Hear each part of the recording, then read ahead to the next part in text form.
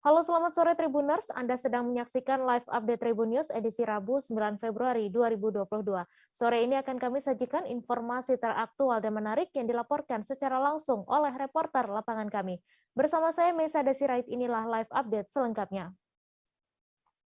Pemerintah Kabupaten Malinau telah menerima surat somasi yang diajukan maskapai Susi Air. Somasi yang diajukan oleh Susi Air ditujukan kepada dua pejabat pemerintah Kabupaten Malinau, yakni Sekretaris Daerah dan Bupati Malinau. Saat ini Pemkab Malinau tengah menelaah dan mempelajari detail somasi sebelum memberikan tanggapan dan sikap Pemkab terhadap persoalan tersebut. Untuk info selengkapnya akan disampaikan oleh rekan jurnalis Tribun Kaltara, Muhammad Supri yang kini sudah terhubung bersama kami. Halo rekan Supri. Halo rekan Mei. Ya, silakan dengan informasi Anda bagaimana tanggapan dari Pemkab Malinau terkait somasi yang dilayangkan oleh Susi Air ini. Baik, sebelumnya rekan Mei dan Tribuners bahwa perseteruan antara pemerintah daerah atau pemerintah Kabupaten Malinau dengan pihak maskapai Susi Air sebelumnya diketahui terjadi pada hari Rabu 2 Februari 2022 lalu terkait dengan kisruh penggunaan sewa hanggar yang telah habis masa sewanya oleh maskapai Susi Air. Namun terjadi ada terjadi kejadian viral di mana kegiatan eksekusi pengosongan hanggar bandara di Kabupaten Malinau, tepatnya di Bandara Kolonel Robert Atibesing Kabupaten Malinau, viral di media sosial karena dinilai telah melakukan pengusiran terhadap maskapai Susi Air di hanggar bandara Kabupaten Malinau. Untuk somasi terakhir buntut dari kejadian tersebut, kuasa hukum dari Susi Air telah melayangkan somasi kepada dua pejabat pemerintah di Kabupaten Malinau, yakni Bupati Malinau Wempi Memawa dan Sekretaris Daerah Kabupaten Malinau Ernest Silvanus. Terakhir saat kami menghubungi Sekretaris Daerah Kabupaten Malinau Ernest Silvanus, dia menyatakan bahwa telah menerima salinan surat tersebut walaupun belum secara resmi, karena hanya dikirimkan melalui aplikasi pesan WhatsApp. Diterimanya pada sehari setelah maskapai Susi Air mengumumkan somasi kepada dua pejabat publik tersebut. Rekan Mei. Ya, kemudian Supri, apa yang menjadi isi tuntutan pihak Susi Air dalam somasi tersebut? Baik, sebelumnya juga telah diberitakan dalam konferensi pers virtual yang dilaksanakan oleh pihak maskapai Susi Air, dalam hal ini PT Arsy Pujiastuti, kuasa hukum dari maskapai Susi Air Donald Faris menyatakan bahwa ada dua isi somasi tersebut, diantaranya meminta permohonan maaf dua pejabat yang dinilai punya kuasa atas kegiatan eksekusi yang dilakukan pada tanggal 2 Februari 2022 lalu, yakni kepada Bupati dan Sekretaris Daerah Kabupaten Malinau. Kemudian yang kedua menuntut ganti kerugian terhadap potensi kerugian yang dialami oleh Susi Air terkait dengan pengosongan hanggar bandara yang diperkirakan atau dikisarkan mencapai total senilai hingga 8,9 miliar rupiah tersebut. Terakhir kemarin surat tersebut telah dilayangkan kepada dua pejabat di Kabupaten Malinau, dan tanggapan dari Sekretaris Daerah Kabupaten Malinau sendiri menyatakan bahwa untuk surat tersebut masih ditelaah. Dia mengaku bahwa untuk saat ini ada tim hukum yang khusus dibentuk untuk mengurai permasalahan antara pihaknya dan Susi Air terkait kontrak sewa hanggar di Kabupaten Malinau. Namun dia belum bisa memberikan penjelasan terkait apa sikap dan langkah yang bakal ditempuh pemerintah daerah Kabupaten Malinau terkait kisruh tersebut, Mei. Ya, kemudian saat ini bagaimana dengan penerbangan di bandara setelah mencuatnya permasalahan hanggar Malinau ini? Baik, untuk sejak tanggal 2 kemarin, tepatnya sehari setelah kejadian, pantauan kami di lapangan di Bandara Kolonel Robert Atibesing sendiri, penerbangan tampak berjalan seperti biasa. Bahkan pada sehari setelah kejadian tersebut, tampak loket penjualan tiket di bandara atau terminal UPBU Kolonel Robert Ati Besing masih melayani pembelian tiket ke wilayah-wilayah perintis, diantaranya terakhir kemarin adalah ke wilayah Longsule, Kecamatan Kayan Selatan, dan terakhir pada pagi hari tadi juga tampak suasana yang sama, di mana maskapai dari Susi Air masih melayani penerbangan perintis ke beberapa wilayah-wilayah perbatasan dan pedalaman di Kabupaten Malinau. Berdasarkan keterangan dari kedua belah pihak, baik dari Susi maupun dari pihak pemerintah daerah Kabupaten Malinau, bahwa operasional untuk schedule penerbangan baik untuk maskapai-maskapai yang ada di Kabupaten Malinau tidak diklaim tidak terganggu karena kisruh tersebut, dikarenakan permasalahan hanggar bandara tidak berkaitan dengan operasional penerbangan di bandara. Namun terakhir juga Donald Faris, kuasa hukum dari Susi Air, mengatakan bahwa kemungkinan akan berdampak, kejadian tersebut kemungkinan akan berdampak karena hanggar di bandara Malinau dijadikan basis perawatan pesawat-pesawat yang beroperasi di wilayah Kalimantan Utara. Bukan nih. Ya, baik, terima kasih Muhammad Supri atas laporan Anda. Selamat bertugas kembali. Kita beralih ke informasi selanjutnya, Tribuners. Gedung Basnas yang berlokasi di Jalan Kampung Melayu Besar Bukit Duri, Tebet, Jakarta Selatan mengalami kebakaran pada Senin 7 Februari malam. Pihak manajemen Rumah Sehat Basnas menyebut tidak ada unsur kelalaian saat kebakaran. Kepala Rumah Sehat Basnas Reza Ramdhani juga mengatakan gedung dalam kondisi kosong saat terjadi kebakaran. Untuk info selengkapnya akan disampaikan rekan jurnalis Tribun Jakarta, Anas Furkon Hakim, yang kini sudah terhubung bersama kami. Halo rekan Anas.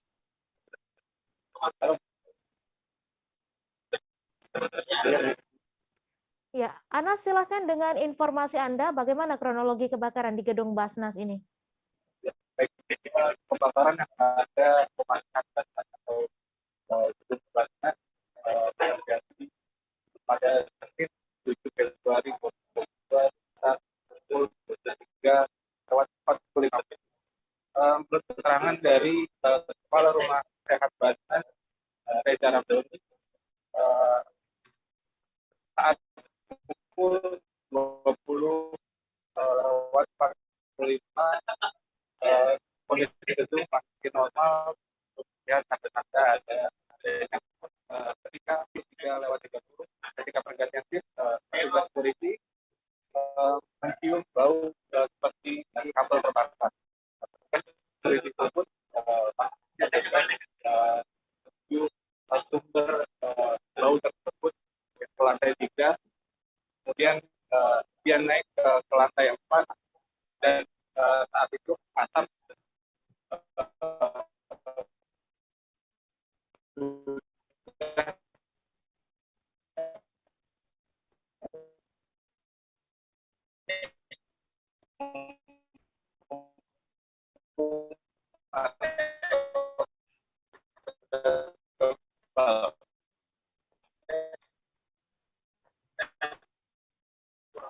berselang berapa lama, kemudian api langsung membesar dari ruangan lantai 4 tersebut. Ya, kemudian Anas, kemudian apa penyebab terjadinya kebakaran ini dan berapa total kerugian yang dialami? Dari pihak manajemen sendiri belum bisa memastikan penyebab kebakaran, namun berdasarkan informasi yang diterima manajemen dari pihak kepolisian maupun pemadam kebakaran terjadi karena adanya dugaan korsleting listrik di salah satu ruangan di lantai 4. Sementara itu, total kerugian diperkirakan sampai 1,5 juta karena barang-barang yang terbakar diantaranya adalah komputer, laptop, dokumen, serta paket bantuan untuk para yang berada di pesantren di Jawa dan Bali. Ya, kemudian Anas, dari peristiwa kebakaran ini apa kemudian yang menjadi dampak kebakaran bagi Basnas sendiri?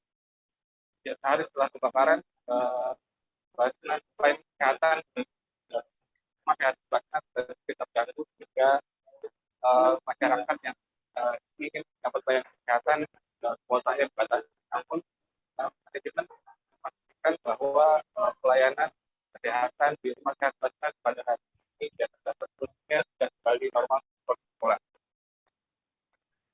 Baik, terima kasih Anas atas laporan Anda. Selamat bertugas kembali. Kita beralih ke informasi selanjutnya, Tribuners. Seorang suami berinisial HK tega membunuh istrinya berinisial SC di Dusun AKK Desa Harapan, Kecamatan Pemangkat, Kabupaten Sambas. Kejadian pembunuhan itu menyebabkan korban meninggal dunia meski sempat dilarikan ke Rumah Sakit Pemangkat pada Jumat 4 Februari. Untuk info selengkapnya akan disampaikan rekan jurnalis Tribun Pontianak, Imam Maksum, yang kini sudah terhubung bersama kami. Halo, Imam.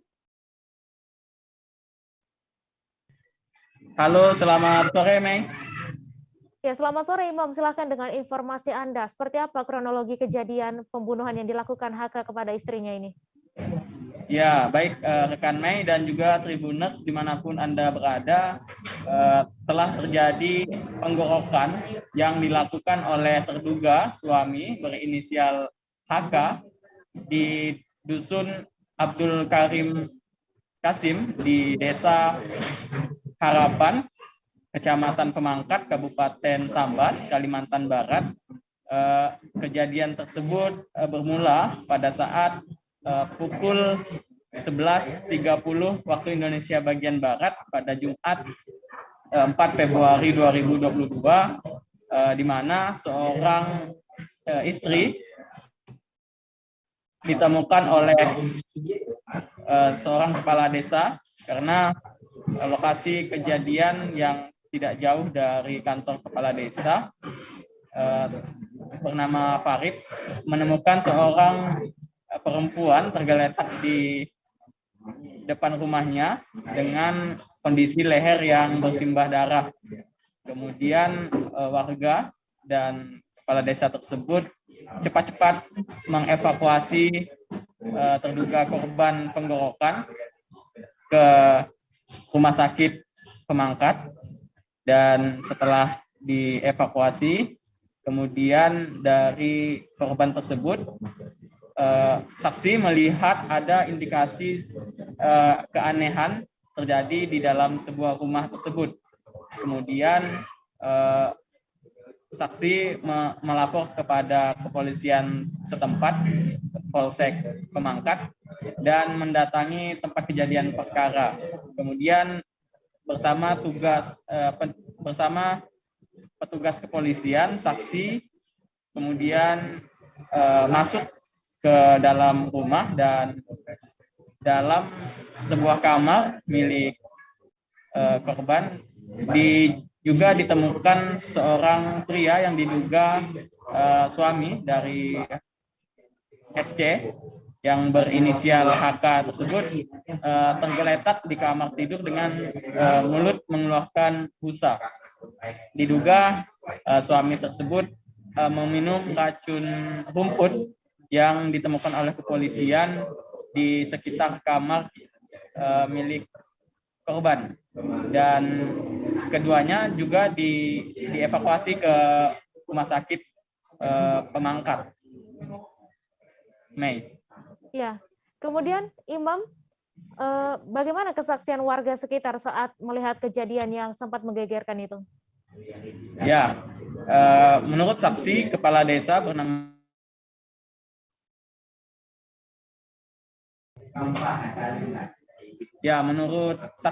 Farid yang juga kepala desa Harapan mengatakan kejadian tersebut sempat menggegerkan warga sekitar karena terjadi pada siang hari pada waktu sholat, hampir masuk sholat Jumat pada 4 Februari 2022. Kemudian warga melihat seorang istri SC yang tergeletak, dan terjadilah kepanikan atau geger di warga. Kemudian warga berkumpul ke tempat kejadian perkara, dan juga menurut kesaksian Ketua RT setempat, Pak Amir mengatakan kejadian tersebut kemungkinan terjadi akibat cekcok rumah tangga, sehingga terjadilah kejadian penggorokan tersebut. Mei. Ya, kemudian bagaimana sekarang proses hukum yang berjalan di Polsek atau Polres Sambas ini? Ya, pada saat kejadian memang anggota kepolisian dari Polsek Pemangkat mengumpulkan barang bukti berupa sebilah pisau dapur, kemudian ditemukan dan diamankan barang bukti berupa racun rumput, kemudian barang-barang diamankan ke kepolisian. Setelah itu pada pukul 22 malam sang korban SC meninggal dunia. Kemudian proses penyelidikan pun masih menunggu diduga pelaku, yaitu HK, yang juga mengalami kritis dan dirawat intensif di Rumah Sakit Pemangkat karena diduga juga telah berupaya melakukan upaya bunuh diri dengan menenggak sebuah racun rumput, dan kondisinya pun kritis. Pihak kepolisian sektor Pemangkat kemudian memberikan informasi kepada Polres Sambas bahwa kemarin terduga pelaku HK juga meninggal dunia, sehingga menurut Kasat Reskrim Polres Sambas kasus penuntutan tersebut menjadi gugur sesuai dengan pasal KUHP yang berlaku, sehingga dinyatakan gugur penuntutan kasus tersebut. Mei. Ya, baik, terima kasih Imam atas laporan Anda. Selamat bertugas kembali. Baik, terima kasih. Kita beralih ke informasi selanjutnya, Tribuners. Wali Kota Makassar, Muhram dan Dani Pomanto terkonfirmasi positif COVID-19. Dani sendiri mengumumkan status positif dirinya melalui video yang beredar secara luas di grup WhatsApp pada Selasa, 8 Februari. Diketahui ini merupakan kali kedua Dani Pomanto dinyatakan positif COVID-19. Untuk info selengkapnya akan disampaikan oleh rekan Muslimin Emba, wartawan Tribun Timur yang kini sudah terhubung bersama kami. Halo, Emba. Ya, Mei. Ya, Emba, silakan dengan informasi Anda, kapan Wali Kota Makassar ini diketahui positif COVID-19? Ya, baik, Mei dan Tribuners, dapat saya jelaskan, Wali Kota Makassar kembali mengumumkan dirinya bahwa terkonfirmasi positif COVID-19 pada Selasa 8 Februari kemarin. Hal itu diumumkan melalui kiriman video yang direkam sendiri oleh Pak Dani Pomanto melalui kamera ponselnya, dan pernyataan bahwasanya dirinya terkonfirmasi itu pun disebar di beberapa grup WhatsApp, dan saat ini Pak Dani sementara menjalani isolasi mandiri di kediaman pribadinya Jalan Amirullah, Kota Makassar. Mei. Ya, kemudian Emba, apa saja kegiatan Wali Kota Makassar ini sebelum akhirnya terkonfirmasi positif COVID-19? Ya, Mei, dapat saya sebutkan bahwasanya sekitar 3 atau 4 hari belakangan sebelum mengumumkan diri positif COVID-19, Pak Dani Pomanto itu menghadiri lebih kurang ada 5 agenda atau kegiatan yang kebanyakan merupakan kegiatan dinas atau rutin yang merupakan kunjungan beberapa ke kantor dinas, dan juga salah satu acara pra pesta pernikahan, begitu, Mei. Ya, kemudian bagaimana pemerintahan Kota Makassar? Apakah diambil alih sementara oleh wakilnya atau seperti apa? Ya, betul sekali, Mei.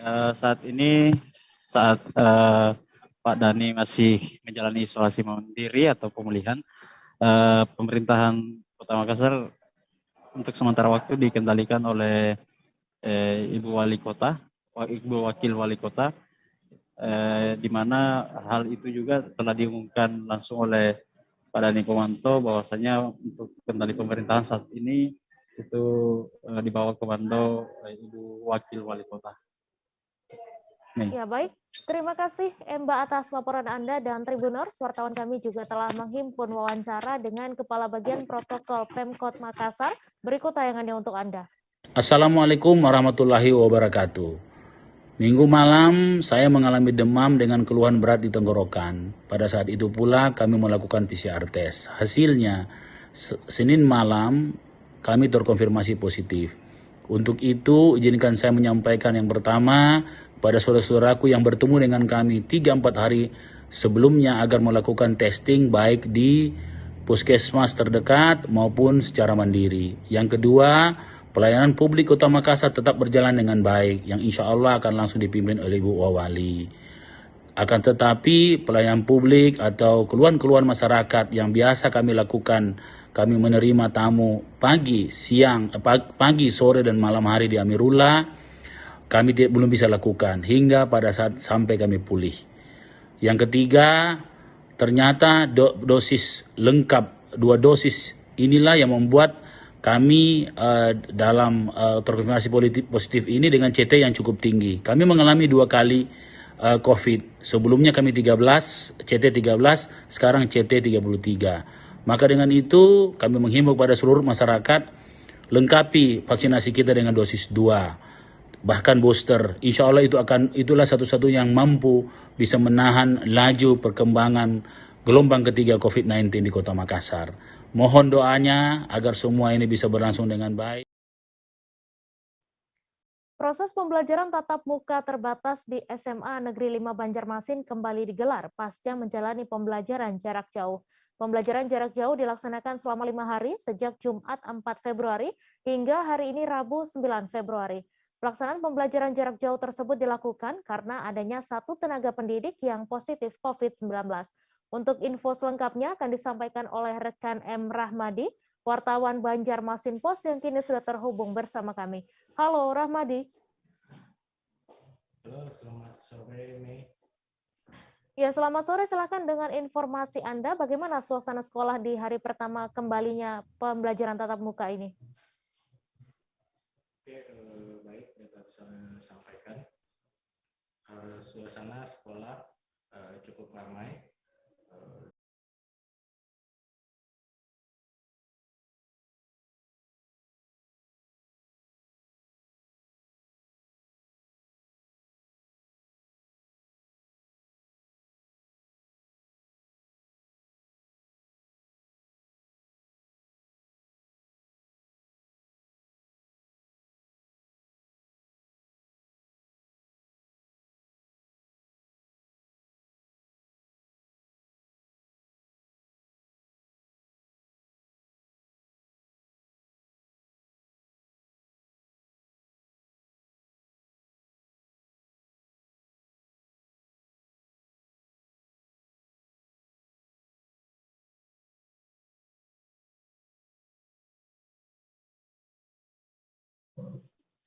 Halo Rahmadi. Halo, selamat sore Mei. Ya, selamat sore. Silakan dengan informasi Anda, bagaimana suasana sekolah di hari pertama kembalinya pembelajaran tatap muka ini? Oke, baik, dapat saya sampaikan. Suasana sekolah cukup ramai sejak pukul 7 pagi hingga pukul 7.08, maksud saya pukul 8 WITA, di mana jam tersebut awal masuknya siswa di SMA Negeri 5 Banjarmasin. Nah, sebelumnya SMA Negeri 5 Banjarmasin ini menerapkan pembelajaran jarak jauh karena adanya 1 guru yang terkonfirmasi positif COVID-19. Nah, hari ini tadi dimulai kembali pelaksanaan pembelajaran tatap muka, namun dilaksanakan tidak secara penuh, melainkan 50%. Begitu, Mei.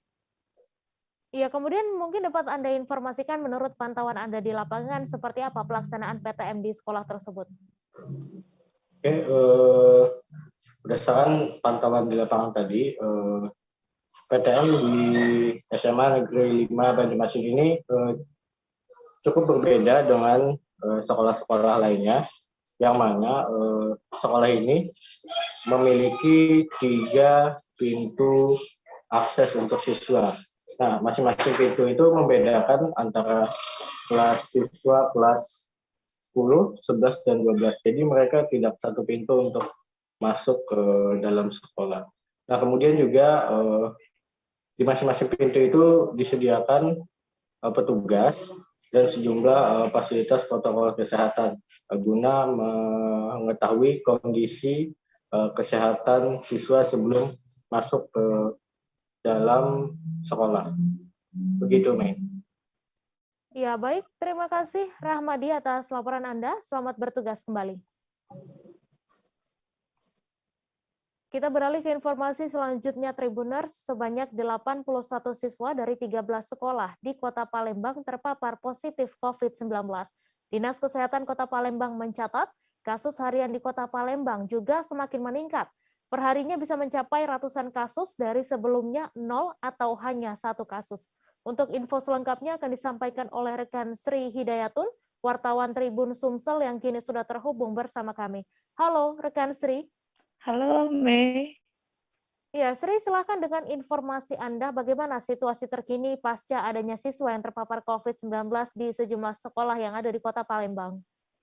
Ya, Mei, pasca ditemukannya positif COVID-19 di sejumlah sekolah yang ada di Kota Palembang, saat ini beberapa sekolah di Kota Palembang melakukan memilih lockdown alias menutup sementara untuk melakukan pembelajaran daring. Nah, dari 13 sekolah yang ada di Kota Palembang ini, memang hampir rata-rata semuanya ini siswanya terkena positif COVID-19, bervariasi dari 1 orang hingga sampai puluhan orang yang ada di sekolah. Nah, seperti di SMP Negeri 1 Palembang, berdasarkan pantauan kami, memang pihak sekolah ini telah meliburkan siswa dan memilih belajar daring yang dilakukan sejak kemarin hingga 2 minggu ke depan. Dan setelah itu juga pihak sekolah telah melakukan penyemprotan dengan disinfektan untuk mensterilkan ruangan, begitu, Mei. Iya, kemudian apakah diketahui penyebab para siswa ini dapat terpapar COVID-19? Ya, berdasarkan data dari Dinas Kesehatan Kota Palembang dan juga dari pihak sekolah, maksud saya, saat ini sejauh ini rata-rata siswa yang terpapar COVID-19 ini dikarenakan karena mereka tertular dari orang tuanya. Karena orang tuanya ada yang bekerja di luar kota, pulang ke Palembang, dan begitu juga ada yang pergi keluar kota dan pulang membawa terpapar COVID ini sehingga anaknya juga ikut terpapar COVID-19. Dan Dinas Kesehatan memastikan dan sekolah juga memastikan mereka ini bukan terpaparnya di sekolah, tapi melainkan dari keluarga. Begitu, Mei. Iya, kemudian Sri, bagaimana update terkini kasus COVID-19 sendiri di Kota Palembang?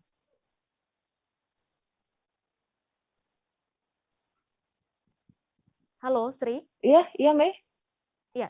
Bagaimana update terkini kasus COVID-19 di Kota Palembang? Ya, Mei, dapat kami jelaskan lagi bahwa data dari Dinas Kesehatan Kota Palembang dan Dinas Pendidikan kalau memang siswa ini rata-rata yang terpapar ini adalah mereka yang terkena dari orang tuanya sendiri atau keluarga. Ada yang keluarganya datang dari bekerja, maksud kami di luar Kota Palembang, dan ada juga dinas keluar Kota Palembang sehingga membawa terpapar COVID dan anaknya juga ikut terpapar, sehingga Dinas Kesehatan Kota Palembang juga memastikan memang siswa ini bukan terpapar di sekolah, melainkan dari keluarganya masing-masing. Begitu, Mei. Ya, baik. Terima kasih, Sri, atas laporan Anda. Selamat bertugas kembali. Kita beralih ke informasi selanjutnya, Tribuners.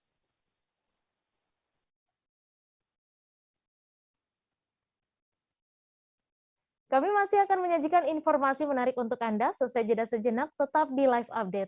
Oke, apa kabar Bang Arifki di sini untuk strateginya? Kalau saya sendiri di Jumip 37 ini yang semalam baru mulai, apa yang saya dirasakan udah Kak sebenarnya aku nggak ngerasain penangkapan atau penggerbegan atau apapun itu, karena juga posisinya aku kriteria. Jadi kita mengenal disebut dengan stroke yang tidak berdarah dengan stroke yang berdarah. Stroke yang tidak berdarah itu biasanya ditandai dengan adanya penyumbatan. Kalau itu terjadi di sini mungkin pikirnya tidak ke situ kali ya, tapi kalau di Korea atau di Kamboja itu ada beberapa paper yang saya itu Mas, ya, dulunya tukang koran. Oh gitu ya. Tukang koran. Ya, saya baca itu Pak. Tuh kan, pernah baca kan? Ya. Jadi kalau saya jadi pangdam itu udah bersyukur banget. Si anak ini dijadikan sebagai tersangka begitu. Ya, kalau ini kita bicara yang di luar kasus Sebongombo ya. Dengan nama hujan shower, di mana terdapat batas jelas antara daerah hujan dan tidak hujan yang biasanya terjadi pada fase awal mature stage atau tahap berbahaya dewasa. itu Kang. Jadi mulai artinya terjadinya perlembekan. Nah itu untuk penetrasi akan sulit. Gitu ya. Dok, saya ini menurut saya memang tidak mudah, bukan urusan tanah diambil. Kalau misalnya Amerika Serikat sekarang, Rasulullah mengatakan dalam sebuah hadis bahwa berpuasa di 6 hari Syawal itu. Oke, apa kabar Bang Ariski di sini untuk strateginya? Kalau saya sendiri di Jumip 37 ini yang semalam baru mulai, Apa yang saya dirasakan udah Kak Fernita? Sebenarnya aku nggak ngerasain penangkapan atau penggerebegan atau apapun itu, karena gini loh, posisinya aku Kriteria. lagi main. Jadi kita mengenal disebut dengan stroke yang tidak berdarah dengan stroke yang berdarah. Stroke yang tidak berdarah itu biasanya ditandai dengan adanya penyumbatan. kalau itu terjadi di sini mungkin pikirnya tidak ke situ kali ya, tapi kalau di Korea atau di Kamboja itu ada beberapa paper yang Saya itu Mas, ya, dulunya tukang koran. Oh gitu ya. Tukang koran. Ya, saya baca itu Pak. Tuh kan, pernah baca kan? Ya. Jadi kalau saya jadi pangdam itu udah bersyukur banget. Si anak ini dijadikan sebagai tersangka begitu. Ya, kalau ini kita bicara yang di luar kasus Sebongombo ya. Dengan nama hujan shower, di mana terdapat batas jelas antara daerah hujan dan tidak hujan yang biasanya terjadi pada fase awal mature stage atau tahap Berbahaya dewasa. itu Kang. Jadi mulai artinya terjadinya perlembekan. Nah itu untuk penetrasi akan sulit. Gitu ya. Dok, saya ini menurut saya memang tidak mudah, bukan urusan tanah diambil. Kalau misalnya Amerika Serikat sekarang, Rasulullah mengatakan dalam sebuah hadis bahwa berpuasa di 6 hari Syawal itu. Oke, apa kabar Bang Ariski di sini untuk strateginya? Kalau saya sendiri di Jumip 37 ini yang semalam baru mulai, Apa yang saya dirasakan udah Kak Fernita? Sebenarnya aku nggak ngerasain penangkapan atau penggerebegan atau apapun itu, karena gini loh, posisinya aku lagi kriteria. main. Jadi kita mengenal disebut dengan stroke yang tidak berdarah dengan stroke yang berdarah. Stroke yang tidak berdarah itu biasanya ditandai dengan adanya penyumbatan. kalau itu terjadi di sini mungkin pikirnya tidak ke situ kali ya, tapi kalau di Korea atau di Kamboja itu ada beberapa paper yang Saya itu Mas, Ya. dulunya tukang koran. Oh gitu ya. Tukang koran. Ya, saya baca itu Pak. Tuh kan, pernah baca kan? Ya. Jadi kalau saya jadi pangdam itu udah bersyukur banget. Si anak ini dijadikan sebagai tersangka begitu. Ya, kalau ini kita bicara yang di luar kasus Sebongombo ya. Dengan nama hujan shower, di mana terdapat batas jelas antara daerah hujan dan tidak hujan yang biasanya terjadi pada fase awal mature stage atau tahap Berbahaya dewasa. itu Kang. Jadi mulai artinya terjadinya perlembekan. Nah itu untuk penetrasi akan sulit. Gitu ya. Dok, saya ini menurut saya memang tidak mudah, bukan urusan tanah diambil. Kalau misalnya Amerika Serikat sekarang, Rasulullah mengatakan dalam sebuah hadis bahwa berpuasa di 6 hari Syawal itu. Oke, apa kabar Bang Ariski di sini untuk strateginya?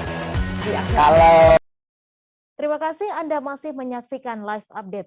Tragedi kecelakaan bus pariwisata di Jalan Imogiri, Delingo, Bantul yang menewaskan 13 orang pada Minggu 6 Februari mendapat perhatian dari semua pihak. Sehingga pada Selasa 8 Februari, komunitas trail menumpuk ratusan ban bekas di sekitar tebing. Tumpukan ratusan ban bekas tersebut dengan tujuan untuk meredam benturan ketika kedepannya kembali terjadi kecelakaan di jalur tersebut. Untuk detail informasinya akan disampaikan langsung oleh rekan jurnalis Tribun Jogja, Santo Ari yang kini sudah terhubung bersama kami. Halo Ari. Halo, selamat sore rekan Mei. Iya, selamat sore Ari, silahkan dengan informasi Anda dapat dijelaskan kembali apa tujuan dari penumpukan ratusan ban ini dan siapa saja yang terlibat dari kegiatan ini. Baik, seperti yang kita tahu bahwa pada hari Minggu kemarin telah terjadi kecelakaan bus pariwisata di Jalan Blengoy Imogiri, tepatnya di Bukit Bego, yang menewaskan 13 orang korban. Dari peristiwa tersebut, berbagai pihak merasa turut prihatin dan berupaya agar kejadian tersebut tidak terulang kembali. Akhirnya salah satu pencetus idenya adalah komunitas Trail Bantul yang akhirnya mengumpulkan ban-ban bekas dan disusun di sekitar lokasi kejadian, di mana memang di lokasi kejadian tersebut sudah 2 kali terjadi kecelakaan, yang pertama di tahun 2017 dan terakhir di tahun ini atau hari Minggu kemarin. Dan yang terlibat dalam pengumpulan ban-ban bekas tersebut seperti yang saya sebut tadi adalah komunitas Trail Adventure Bantul. Selain itu juga dibantu oleh warga sekitar dan relawan Bantul. Gitu rekan Mei. Ya, kemudian Ari, bisa Anda jelaskan bagaimana sebenarnya kondisi jalur tersebut? Baik, dari pantauan kami bahwa jalur tersebut memang memiliki banyak tanjakan dan turunan dan tikungan, sehingga memang pemerintah sendiri mengimbau bahwa jalur tersebut tidak dilalui oleh kendaraan-kendaraan besar seperti bus atau truk. Karena jika tidak ada kesiapan dari kendaraan tersebut, maka bisa mengakibatkan kecelakaan seperti yang terjadi kemarin. Dan salah satu karakter di jalur tersebut adalah memiliki jurang dan tebing, di mana kalau di sekitar TKP di sebelah kiri atau selatan jalan itu terdapat jurang, dan di utara jalan itu tebing yang menjadi lokasi kecelakaan kemarin. Ya, kemudian Ari, bagaimana tanggapan dari pihak kepolisian dan pemerintah terkait hal ini? Baik, pihak kepolisian dalam hal ini Satlantas Polres Bantul mengapresiasi atas upaya yang dilakukan oleh warga dan komunitas tersebut, bahwa menurut mereka ini adalah salah satu rekayasa lalu lintas di mana yang bertujuan untuk menekan angka fatalitas ketika terjadi kecelakaan. Namun demikian, baik polisi maupun Dinas Perhubungan Kabupaten Bantul berharap nanti ke depannya ban-ban yang disusun ini dapat lebih tertata sedemikian rupa sehingga tidak mengganggu pengguna jalan. Dan maka dari itu, komunitas trail yang memprakarsai penyusunan ban ini ke depannya akan berkoordinasi dengan baik itu Polres Bantul dan Dinas Perhubungan Bantul, sehingga ban-ban tersebut dapat berfungsi secara maksimal tapi tidak mengganggu pengguna jalan lainnya. Begitu. Ya, baik, terima kasih Santo Ari atas laporan Anda, dan Tribuners, wartawan kami juga telah menghimpun wawancara dengan Ketua Trail Adventure Bantul serta Kanit Kamsel Polres Bantul. Berikut tayangannya untuk Anda. Dari spontanitas rekan-rekan Trail Bantul IOF 2x1 Yogyakarta, tujuannya untuk pengamanan sementara, Mas.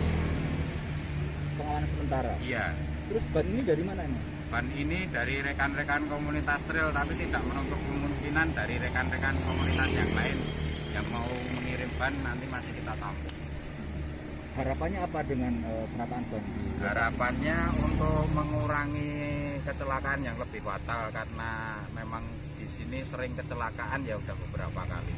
Ya, kami mengapresiasi dari warga, kemudian juga kami sudah berkoordinasi dengan pihak Pemrakarsa maupun dari Lurah Ukirsari terkait kegiatan ini. Ini adalah salah satu kegiatan rekayasa lalu lintas, manajemen rekayasa lalu lintas. Nanti dikandung maksud dan bertujuan untuk agar nanti jika terjadi lagi, tapi harapan kita adalah laka ini tidak terjadi lagi. Namun jika terjadi lagi, ada ban ini yang bisa menghalangi paling tidak terjadi benturan keras seperti kecelakaan yang terjadi kemarin. Aksi damai dilakukan ratusan pemuda-pemudi dari negeri Bo'oe Aboru Kariuhualoi pada Rabu 9 Februari. Akibatnya, 3 ruas jalan utama di kota Ambon macet hingga siang ini. Diketahui aksi tersebut dilakukan untuk menolak wacana warga Kariu direlokasi ke Aboru. Sebanyak 162 personil pasukan TNI Polri pun dikerahkan untuk pengamanan aksi tersebut. Untuk detail informasinya akan disampaikan langsung oleh rekan jurnalis Tribun Ambon, Dedi Aziz, yang kini sudah terhubung bersama kami. Halo rekan Dedi. Ya, halo rekan Mei dan Tribuners, selamat sore.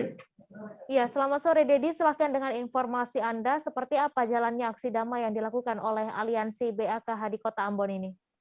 Ya, terima kasih rekan Mei, dapat dilaporkan bahwa ratusan massa aksi yang berasal dari Aliansi Pemuda-Pemudi Boi, Aboru, Kariu, Hualoi atau yang disingkat BAKH mendatangi kantor Gubernur Maluku pada pukul 9 pagi waktu Indonesia Timur tadi. Mereka mengenakan atribut adat seperti kain berang berwarna merah yang diikatkan di kepala serta membawa tahuri atau alat musik tiup yang terbuat dari kulit kerang besar sebagai tanda adat. Kain putih panjang pun dibentangkan mengelilingi massa aksi sebagai tanda gandong atau dalam bahasa Indonesianya persaudaraan begitu ya. Tak lupa juga para demonstran membawa poster berisikan tuntutan-tuntutan yang ditujukan kepada Pemprov Maluku terkait persoalan bentrok antar warga Kariu Ori beberapa waktu lalu yang menyebabkan kerugian moral dan material di wilayah Kariu. Long march pun dilakukan di beberapa ruas jalan di Kota Ambon. Diketahui memang bentrok antar warga di Kariu menyebabkan ratusan rumah ludes terbakar sehingga masyarakat Kariu harus mengungsi ke desa tetangga. Begitu, rekan Mei.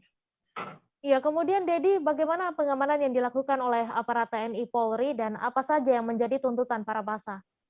Baik, dapat dilaporkan, Kepala Bagian Ops Polresta Ambon, Kompol Teddy, menyatakan pihaknya telah menyiapkan aparat pengamanan di sejumlah titik di Kota Ambon, antara lain di depan markas Polda Maluku, kemudian di depan kantor Gubernur Maluku, kemudian ada juga di depan kantor DPRD Provinsi Maluku. Dikatakan ada 162 personel pasukan TNI Polri yang dikerahkan untuk pengamanan aksi tersebut. Begitu, rekan Mei. Ya, kemudian Dedi bisa dijelaskan apa saja yang menjadi tuntutan utama dari masa aksi damai dan bagaimana tanggapan dari pihak terkait tentang aksi damai ini? Ya, memang kalau kita melihat tadi tuntutan, poin tuntutan yang disuarakan oleh masa aksi, ya ini ada 9 poin, cuman saya mengambil ada 3 poin utama. Yang pertama, yakni mendesak pemerintah Provinsi Maluku dan pemerintah Kabupaten Maluku Tengah untuk secepatnya memulangkan masyarakat negeri Kariu ke negerinya, paling lambat bulan Maret. Kemudian ada juga sesegera mungkin pemerintah Provinsi Maluku merealisasikan dana dan anggaran pembangunan rumah warga negeri adat Kariu. Yang ketiga, mendesak Kapolda Maluku dan Pangdam Patimura untuk mendirikan pos keamanan secara permanen di perbatasan negeri Kariu Pelau Kariu Dusun Ori sesuai dengan statement mereka sebelumnya. Dan tadi langsung direspon oleh Ketua DPRD Maluku Luki Watimuri yang memastikan poin tuntutan yang disampaikan masa aksi pemudi dari Aliansi BAKH ini sedang diproses. Menurutnya memang segala upaya sedang ditempuh DPRD Maluku untuk terus berkoordinasi dengan pihak terkait dalam menangani masalah pertikaian di Pulau Waruku ini. Dipastikan dalam waktu dekat akan ada pertemuan dengan beberapa pihak terkait, mulai dari pejabat desa Kariu, pemerintah daerah Maluku Tengah, hingga ke pihak-pihak keamanan setempat. Begitu, Mei. Ya baik, terima kasih Dedi Aziz atas laporan Anda. Selamat bertugas kembali. Kita beralih ke informasi selanjutnya, Tribuners. Pemilik barang-barang pengurus kapal Landing Craft Tank atau LCT Artabumi Sabit dan pihak terkait lainnya akhirnya memperjelas keberadaan dari isi di dalam peti kemas yang sempat diduga berbahaya. Satu persatu muatan dari kapal LCT Artabumi Sabit akhirnya diturunkan setelah 3 hari terombang-ambing di Selat Lembeh, tepatnya di depan perkampungan Kampis, Kelurahan Batu Lubang, Kecamatan Lembeh Selatan, Kota Bitung. Untuk kabar selengkapnya akan disampaikan rekan wartawan Tribun Manado, Christian Wayongkere yang kini sudah terhubung bersama kami. Halo Christian. Selamat sore rekan Mei, dan Tribuners dimanapun Anda berada. Iya, selamat sore Christian. Silahkan dengan informasi Anda, apa sebenarnya isi dari peti kemas yang diangkut di atas kapal LC ini? Ya baik, setelah sempat berpolemik dengan munculnya tudingan dan dugaan bahwa di dalam peti kemas yang diangkut oleh Landing Craft Tank atau kapal LCT Artabumi Sabit yang ditolak oleh masyarakat Kabupaten Kepulauan Sangihe karena informasinya barang-barang tersebut milik PT Tambang Mas Sangihe pada hari Selasa kemarin, tanggal 8 Februari 2021, satu persatu kendaraan dan peralatan yang ada di kapal LCT itu diturunkan tepat di dermaga Bicing, Pelabuhan Samudra Bitung, dan disaksikan oleh pengurus kapal, pemilik barang, pihak terkait lainnya, mungkin dari ekspedisi maupun dari transportir, pihak keamanan juga ada, dari TNI, dari Polri, dan ada juga terpantau petugas yang menggunakan seragam hitam-hitam dan membawa senjata laras panjang. Kemudian dari pihak kantor kesabandaran dan otoritas pelabuhan juga ikut melihat secara langsung pembukaan peti kemas itu, dan isinya tidak seperti yang disangkakan dan ditudingkan dan didugakan bahwa membawa bahan berbahaya. Setelah dibuka, di dalam peti kemas berwarna biru itu berisi aksesoris untuk alat bor, ada beberapa tong sampah warna kuning, di dalam tong sampah itu ada alat pelindung diri, dan beberapa galon cairan berwarna biru yang merupakan alat atau cairan pembersih. Ya, kemudian Christian, bagaimana proses pembongkaran di atas kapal LCT ini dan apa tanggapan dari pihak terkait? Jadi awalnya kendaraan ini atau truk tronton yang mengangkut sebuah peti kemas ini, setelah diturunkan dari kapal LCT Artabumi Sabit, dibawa ke lokasi yang ada alat kren atau alat pengangkut peti kemas untuk dibalikan posisinya, karena pada saat berada di atas kapal, peti kemas ini pintunya berada di dekat kabin kemudi. Padahal pada lazimnya peti kemas itu pintunya harus menghadap ke bagian belakang kendaraan.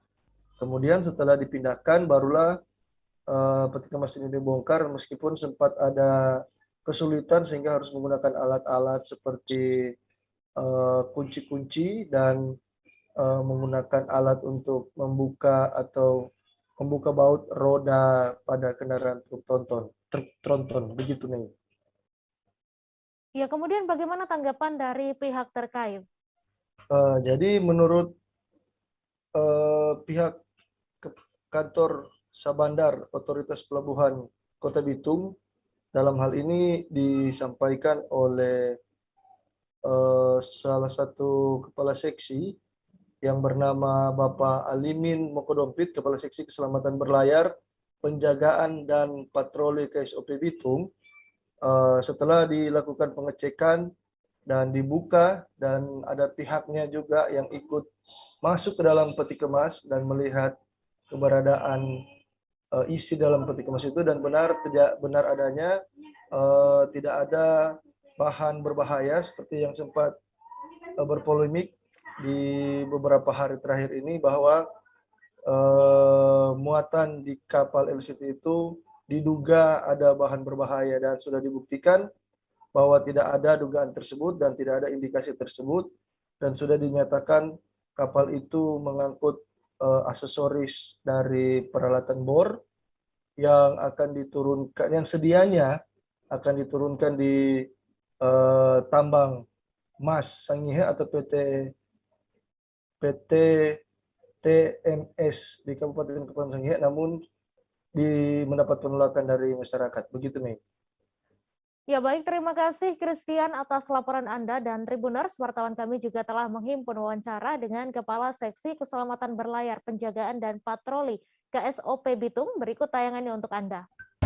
Setelah peti kemas dibuka untuk dilaksanakan pengecekan bersama-sama aparat yang terkait dari isi kontainer tersebut, apa yang diduga bahwa dalam peti kemas itu ada bahan peledak, dan setelah diperiksa hasilnya tidak ada barang tersebut, di mana kontainer tersebut hanya berisikan aksesoris atau peralatan bagian daripada peralatan pengeboran tersebut. Demikian disampaikan. Terima kasih.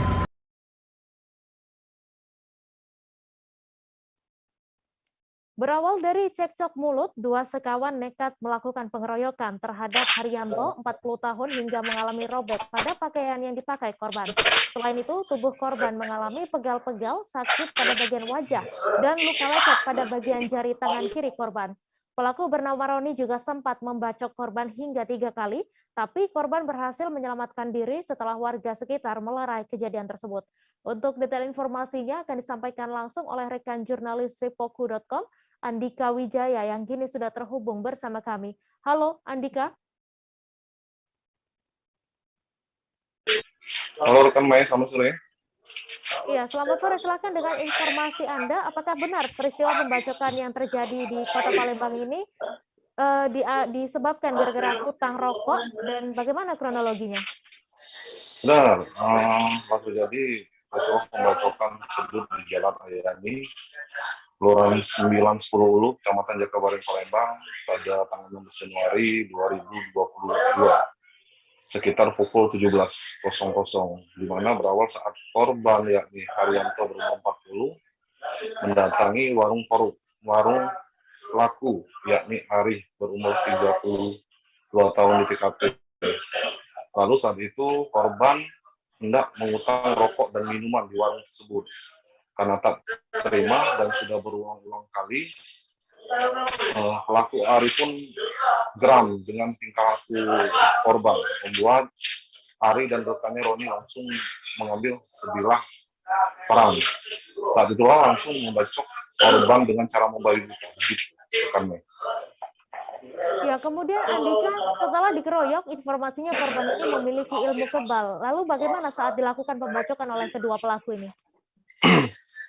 Ya, jadi saat tengah dilakukan pengeroyokan oleh kedua pelaku dan dibacok dengan secara membuta, saat itu kedua pelaku heran melihat korban Haryanto, gitu rekan Mei.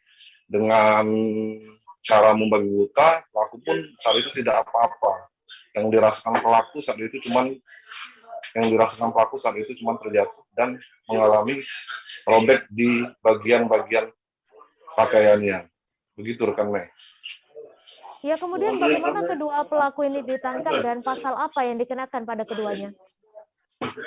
Usai kejadian, korban Haryanto langsung melapor ke Polrestabes Palembang, dan oleh tim Bidum langsung ditindaklanjuti dan menangkap kedua pelaku saat berada di rumahnya.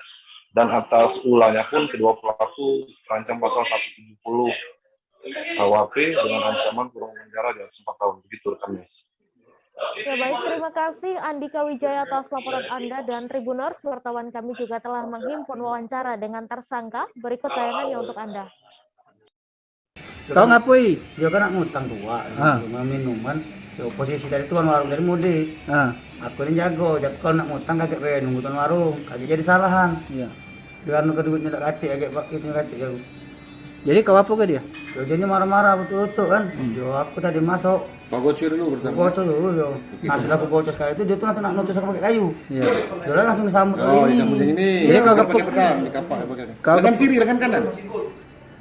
Kanan. Oh, lengan kanan ya. Kau gepuk berapa kali? Sekali. Kau gepuk apa? Alat juga gocor. Kau ngapak berapa kali? 3. Kau kapak di mananya, Bay? Ya, pertama aku kapak di badannya kan. Iya. Terus dia berlari kan. Iya. Dia berlari aku kejar kan. Dan dia berlari aku kejar, nyampak kan. Iya. Nyampak kapak kan, dia nangkis kan. Iya. Tahu aku kena kenanya kan. Berapa kali kan? 3 kali ya. Badan kalau nyampak tuh 2 kali kan. Iya. Dinas Pendidikan dan Kebudayaan Kota Padang mengeluarkan surat edaran tentang pelaksanaan vaksinasi anak usia 6 hingga 11 tahun pada Senin 7 Februari. Melalui surat edaran tersebut, ada beberapa murid yang dipulangkan karena belum divaksin, diantaranya SD Negeri Percobaan Kecamatan Padang Barat, yang 4 muridnya dipulangkan dan diminta untuk belajar di rumah. Untuk info selengkapnya akan disampaikan rekan jurnalis Tribun Padang, Rahmat Panji, yang kini sudah terhubung bersama kami. Halo rekan Panji. Halo Mei.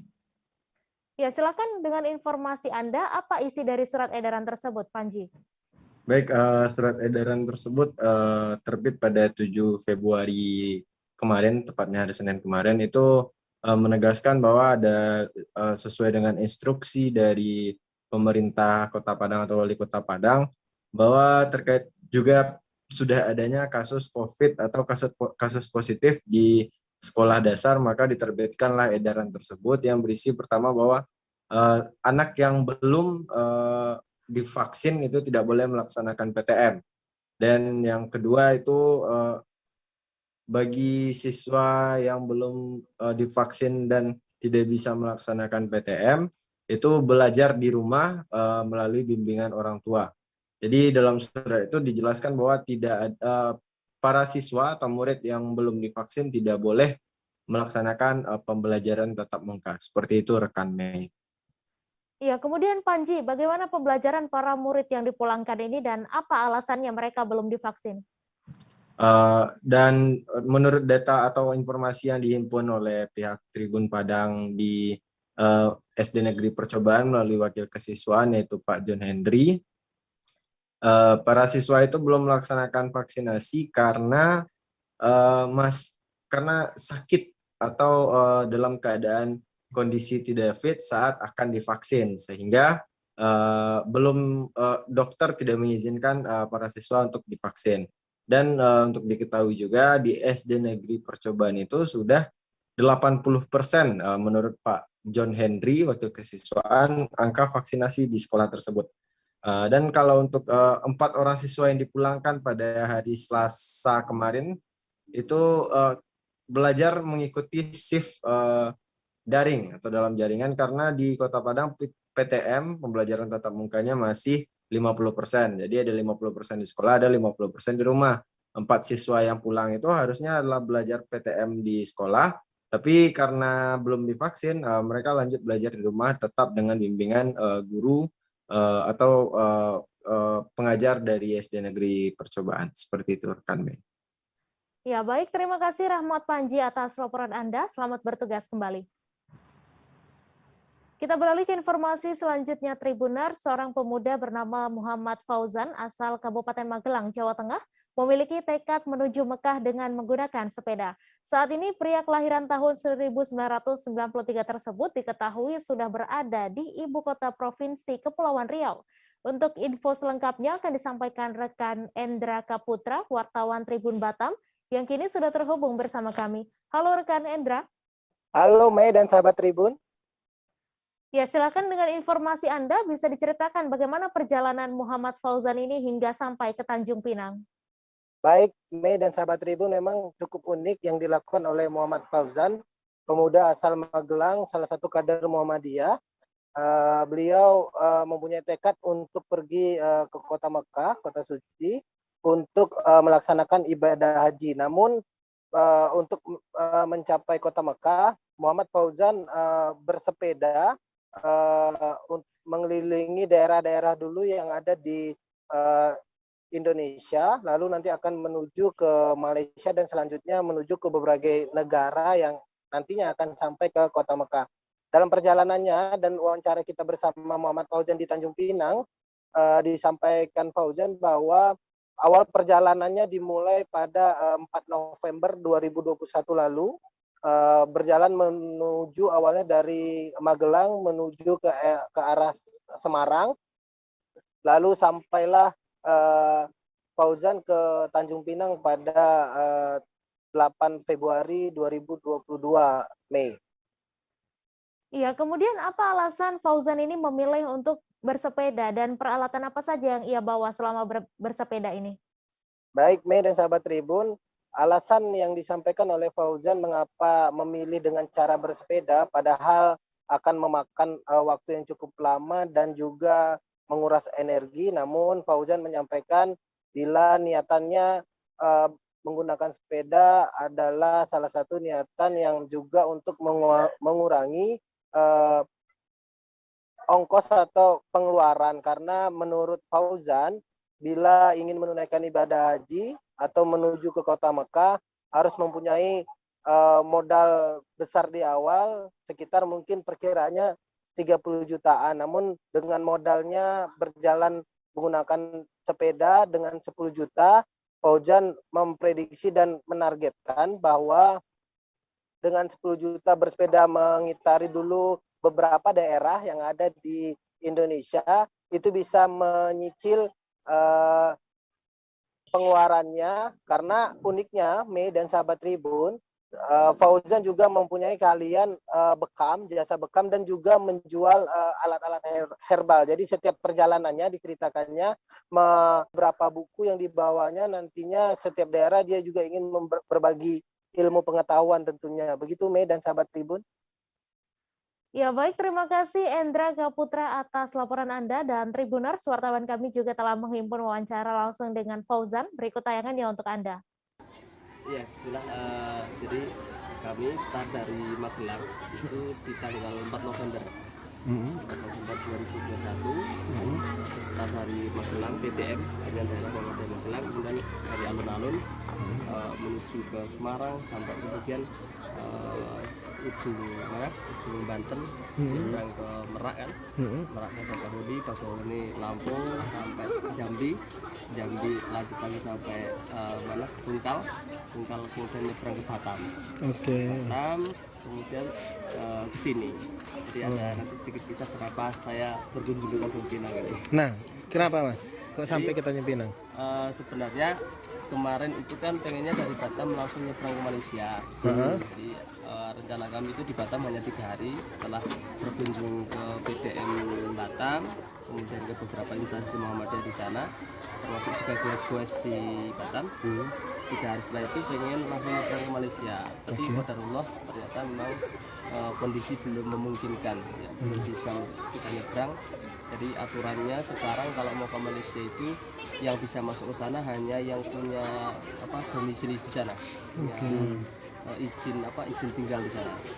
Dan itu pun dengan kepentingan yang khusus, mungkin seperti kita mau jemput istri atau suami atau orang tua, atau mungkin kalau yang punya kontrak kerja di sana itu juga bisa. Tapi itu semua yang menguruskan pihak Malaysia. Jadi pihak Malaysia menguruskan lewat My Travel Pass itu namanya, linknya. Kemudian nanti kalau sudah muncul baru kemudian itu disampaikan ke yang orang Indonesia tadi yang punya izin tinggal di sana, baru bisa pesan tiket untuk ke sana. Polisi menangkap pelaku pembobolan mesin ATM Bank Lampung yang berada di lingkungan pemerintah Kabupaten Mesuji, Desa Wiralaga Mulia, Kecamatan Mesuji pada Selasa 8 Februari. Sutisna menduga pelaku yang ditangkap tersebut tidak dapat keluar dari kantor Bank Lampung usai merusak mesin ATM Bank Lampung. Pelaku sendiri tidak melakukan perlawanan ketika ditangkap.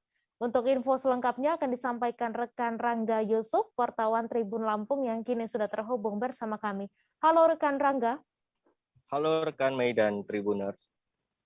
Ya, silakan dengan informasi Anda, bagaimana kronologi terjebaknya pembobol mesin ATM ini?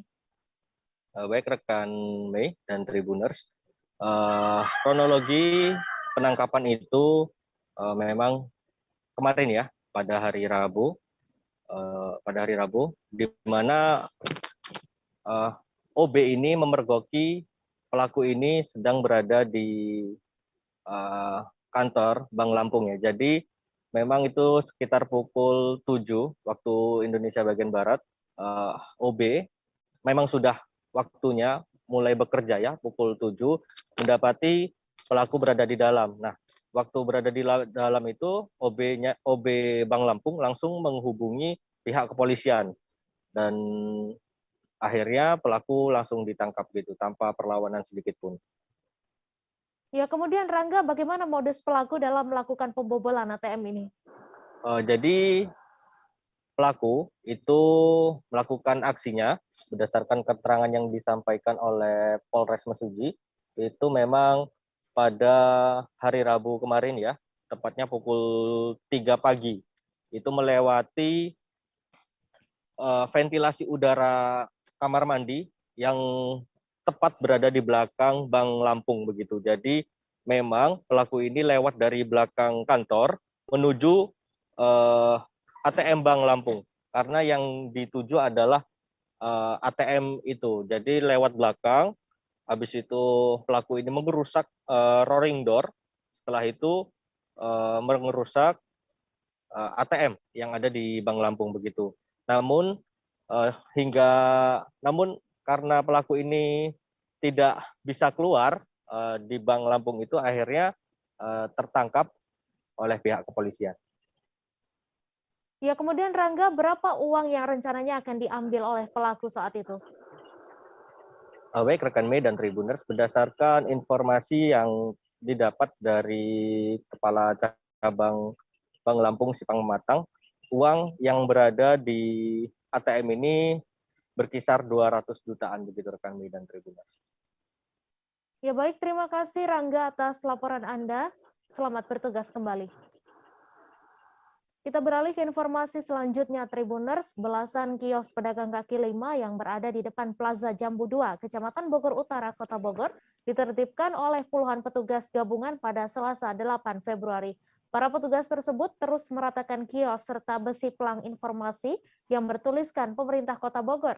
Belakangan diketahui pembongkaran dan penertiban lapak PKL ini nantinya akan digunakan oleh Pemerintah Kota Bogor sebagai shelter terminal, taman, dan pedestrian. Untuk info selengkapnya akan disampaikan langsung oleh rekan jurnalis Tribun Bogor, Rahmat Hidayat, yang kini sudah terhubung bersama kami. Halo Rahmat. Ya, halo Mei. Ya Rahmat, silakan dengan informasi Anda, berapa PKL yang dibongkar di lahan tersebut? Baik, Mei dan rekan-rekan Tribuners lainnya dapat kami sampaikan bahwa pembongkaran PKL yang berada di depan Plaza Jambu 2 Kota Bogor itu dilakukan oleh pemerintah Kota Bogor bersama Satpol PP Kota Bogor pada hari Selasa tanggal 8 Februari 2022. Adapun total untuk PKL yang dibongkar di area depan Plaza Jambu 2 Kota Bogor tersebut berjumlah sekira 17 kios PKL. Gitu, Mei. Iya, kemudian pembongkaran ini dilakukan oleh berapa petugas dan menurut informasi apa rencana setelah pembongkaran ini? Baik, pembongkaran tersebut dilakukan oleh beberapa petugas gabungan dengan total rincian sekira 70 petugas gabungan mulai dari Satpol PP Kota Bogor, aparat kepolisian, kemudian dinas-dinas terkait. Adapun informasi yang berhasil didapatkan oleh kami bahwa nantinya lahan kios PKL yang berada di Jambu 2 yang digusur oleh pemerintah Kota Bogor bersama Satpol PP tersebut nantinya akan dibangun sebagai area shelter bis kita, kemudian areal pedestrian dan areal taman. Dan rencana tersebut menurut informasi yang berhasil didapatkan akan direalisasikan pada tahun ini. Begitu, Mei. Ya, kemudian apakah ada relokasi untuk PKL di Jambu 2 ini? Untuk relokasi ke 17 kios PKL yang berada di Jambu 2 itu sampai saat ini kami belum mendapatkan informasi lanjutan terkait relokasi. Adapun informasi terakhir yang didapatkan oleh kami pasca pembongkaran 17 kios PKL tersebut, Camat Bogor Utara mengatakan bahwa ke-17 PKL tersebut tidak ada relokasi. Begitu, Mei. Iya, kemudian Rahmat, kita beralih ke Ciawi. Berapa PKL yang berada di areal tersebut yang dibongkar oleh Pemkot bersama Jasa Marga? Baik, untuk pembongkaran yang dilakukan oleh Pemkot Bogor dan pihak Jasa Marga di areal jalan sekitaran tol Ciawi sekira 22 PKL. Begitu, Mei. Ya, kemudian apa alasan PKL di area tol Ciawi ini dibongkar dan apakah pemerintah Kota Bogor sendiri mendukung pembongkaran tersebut? Untuk alasan pembongkaran maksud kami untuk alasan pembongkaran PKL yang berada di areal tol Ciawi yang kebetulan PKL tersebut berada di jalan pemerintah Kota Bogor. Adapun alasannya itu disampaikan langsung oleh Wakil Wali Kota Bogor, Dedi Arahim. Beliau mengatakan bahwa alasan pembongkaran sekira 22 PKL tersebut dikarenakan para PKL tersebut melanggar aturan karena sepanjang jalan areal tersebut merupakan lahan milik negara. Begitu, Mei. Iya, kemudian Rahmat, bagaimana terkait kompensasi yang diberikan pada pedagang kaki lima ini? Terkait kompensasi menurut pihak Jasa Marga sebanyak 22 PKL yang dilakukan pembongkaran pada hari kemarin. Beliau mengatakan bahwa ke-22 PKL yang berada di areal tol Ciawi tersebut tidak akan mendapatkan kompensasi apapun. Namun pihak Jasa Marga akan melakukan konsolidasi lebih lanjut terkait hal tersebut bersama pemerintah Kota Bogor. Begitu, Mei. Ya baik, terima kasih Rahmat Hidayat atas laporan Anda, dan Tribuners, wartawan kami juga telah menghimpun wawancara dengan Camat Bogor Utara serta Wakil Wali Kota Bogor. Berikut tayangannya untuk Anda. Yang kita tertibkan sudah dilakukan sebelumnya juga teguran 1, 2, 3 dari wilayah, kemudian dilanjutkan oleh peringatan dari Satpol PP dan juga surat pemberitahuan pembongkaran oleh Satpol PP kemarin. Makanya hari ini kita lakukan eksekusi melibatkan beberapa instansi termasuk dari Polsek, kemudian dari Koramil, dari Denpom juga hadir, dari dinas terkait, dari Provinsi, PUPR, Dinas dan lain sebagainya. Ini ditertibkan karena melanggar apa nih, Pak? Ini terkait dengan pelanggaran Perda 1 2021 terkait dengan Transibus, di mana di Perda tersebut badan jalan dan lain sebagainya, drainase, taman dan lain sebagainya itu tidak perlu. Nantinya akan difungsikan kembali oleh Pemkot Bogor. Betul. Rencana ke depan setelah dilakukan penertiban akan dibangun shelter bis kita, kemudian penataan taman dan penataan pedestrian trotoar. Pak, kalau tadi dilihat ada pelang lahan dijual, itu bukan lahan pribadi ya? Ke belakang. Ke belakang. Di belakang. Kalau ini milik umum. Ya. Nanti si PKL ini rencana dipindahinnya kemana? Kalau untuk relokasi sampai dengan saat ini kita belum ada ke tahap relokasi. Jadi memang sementara ini kita lakukan penertiban PKL ya, karena memang melanggar Perda 1 2021 terkait dengan transisi. Tambahan dari Pak Kapolres. Kurang lebih tadi kalau lihat di apel sekitar keseluruhan 60 sampai 70 personil. Kalau dari Polsek ada dari Polsek 20, dari Koramil 10, kemudian dari Pol PP ada sekitar 20-an. Ada PKL? Ada berapa PKL? 17.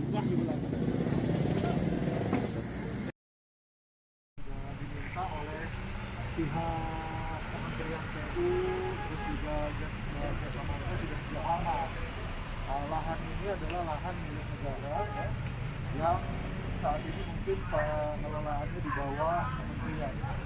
Nah, rencana penertiban yang kita lakukan kali ini adalah untuk ditindaklanjuti dengan pembenahan ya, berupa taman dan juga fasilitas penunjang yang lain. Ya, terutama kami dalam rangka mendukung kegiatan Jasa Marga di wilayah Kota Bogor. Ada berapa Pak yang dibongkar? Berapa? Jumlahnya? Kalau seluruh berapa? Lapaknya 22 saja ya, dan itu ada kurang lebih 8 warga ya, dan selebihnya bukan warga. Jadi kami sudah berikan peringatan beberapa waktu yang lalu, surat resmi juga sudah, dan hari ini memang batas waktu untuk mendaftar. Warga kota Pak Rima? Berapa? Warga kota Bogor atau di mana Pak? Yang 8 warga Kota Bogor, nanti kita coba cari solusi ya.